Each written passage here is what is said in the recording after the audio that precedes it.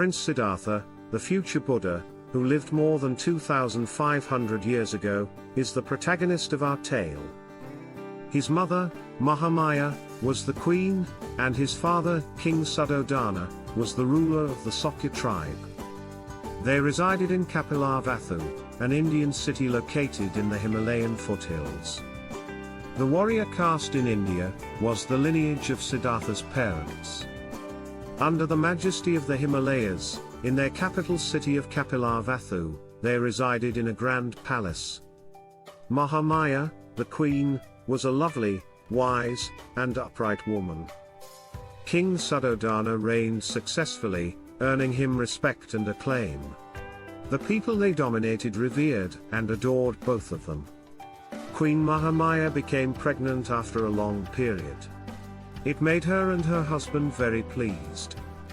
She gave birth to a boy in Lumbini Park on the day of the full moon in May as she was en route to visit her parents. The king asked 5 wise men to choose a name for his son 5 days after the prince was born. He was given the name Siddhartha. The one whose wishes will be fulfilled is how this name is translated. The prince's birth had been much celebrated, but 2 days after his name was given, Queen Mahamaya passed away. Everyone was horrified and inconsolable. Of course, her husband King Suddhodana was the person who was the most dejected. He was also concerned because the prince's wise counselors had warned that if he saw an old person, a sick person, a dead person, and a monk, he would decide to leave the palace and become a monk rather than a royal. Prajapati Gautami, the sister of the queen, cared for the infant prince with the same tenderness, like he was her son.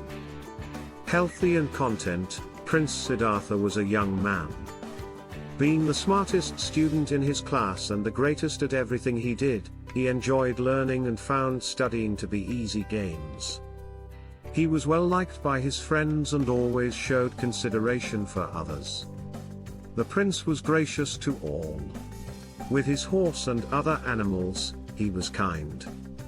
He could have decided to disregard the issues of others because his life was as simple as a royal.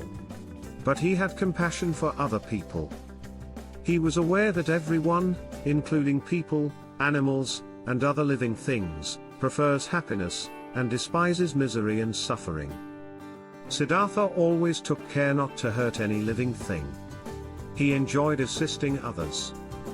For instance, the prince once witnessed one of the town's youths beating a snake with a stick. He stopped the youngster right away and warned him not to hurt the snake.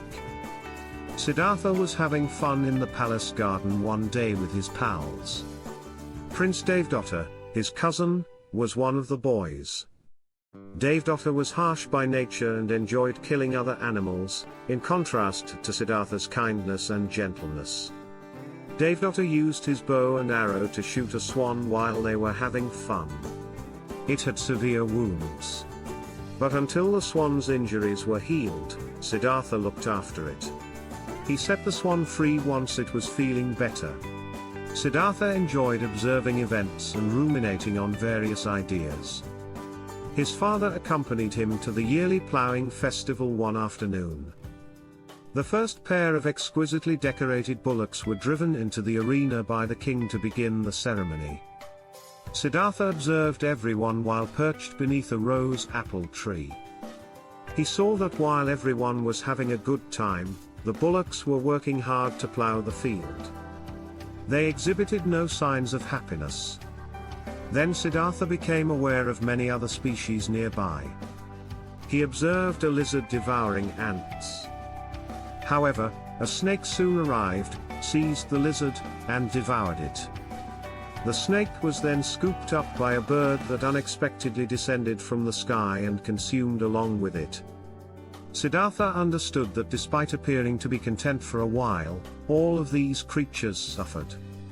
Siddhartha gave his surroundings a lot of thought.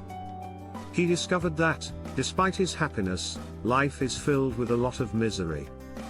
He consequently felt great compassion towards all species. The prince was not among the crowd, so the king and the maids proceeded in search of him. They were shocked to see the prince seated in a cross-legged position, engaged in intense meditation.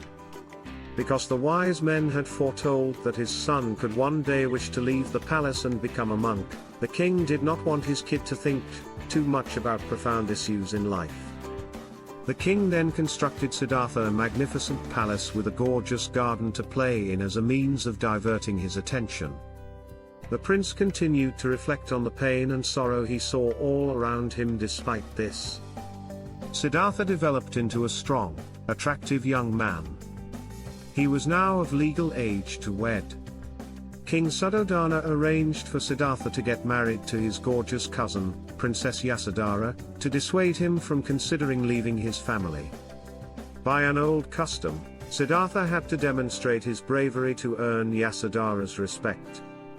He was asked to tame a wild horse in front of her parents. Siddhartha spoke to the horse to calm it down and gave it a gentle stroke instead of hitting it like some suitors might. Yasodhara was only interested in getting married to the prince. In a wonderful ceremony, they were wed. Only 16 years old, each of them.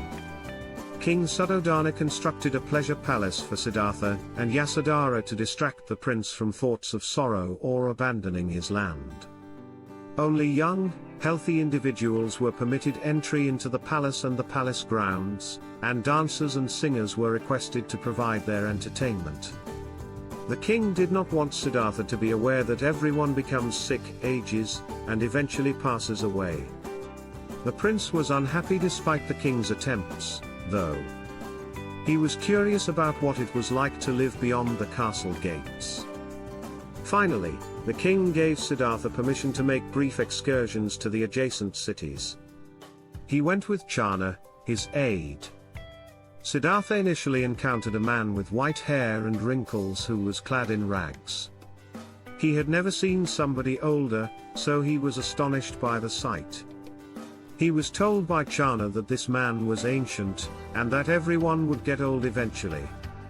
That alarmed Siddhartha, who requested Channa's help in getting back home. He struggled to fall asleep at night because he kept thinking about being elderly. Siddhartha longed to explore more of the outside world while being terrified by the thought of growing older. The man was moaning while lying on the ground when he returned. He hastened to the man out of sympathy.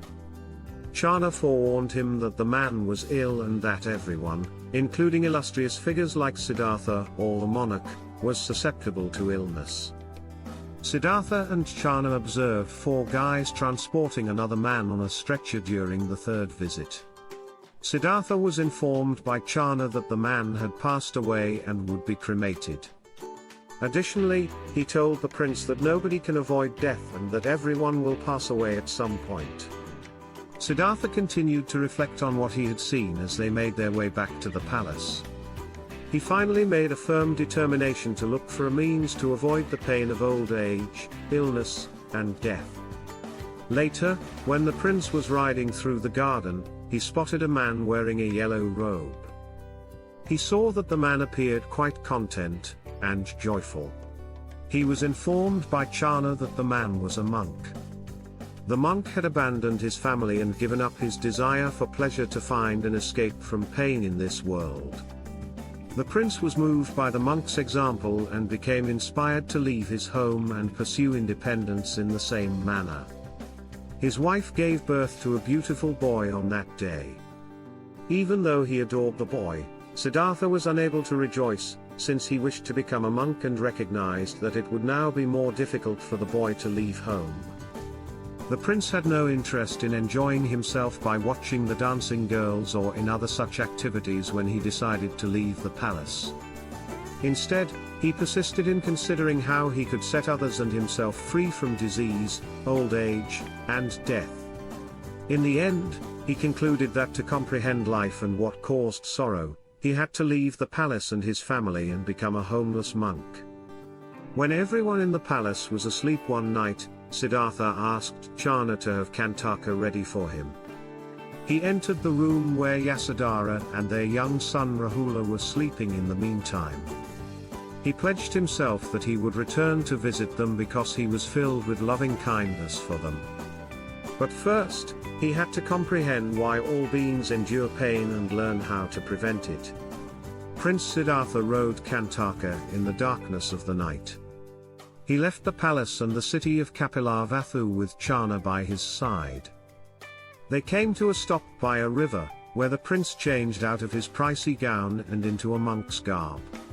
Channa was then instructed to ride the horse back to the palace by him.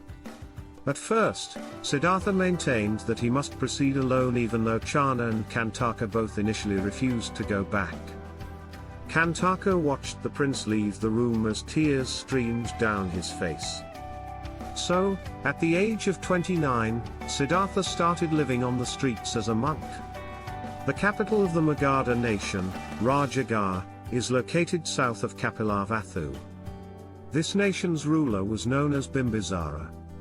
After arriving, Siddhartha walked to the city the following morning and begged for food to eat there. Siddhartha decided to travel to the highlands, where many hermits and sages dwelt, after his dinner. He passed a herd of sheep on the way there. Shepherds were transporting the herd to Rajagaha, so that it might be burned alive as sacrifices. One young lamb suffered harm. Siddhartha, moved by compassion, took the lamb in his arms and followed the shepherds back to the city. King Bimbisara and several priests were humming hymns as the fire on the altar in the city burned. They all praised the flames. Siddhartha swiftly intervened when the chief of the fire worshippers raised his sword to slaughter the first sheep. He pleaded with the king to prevent the worshippers from obliterating the life of the helpless animals. Siddhartha then turned to face the worshippers and said, "Life is very precious. All living things desire to continue to exist, including humans.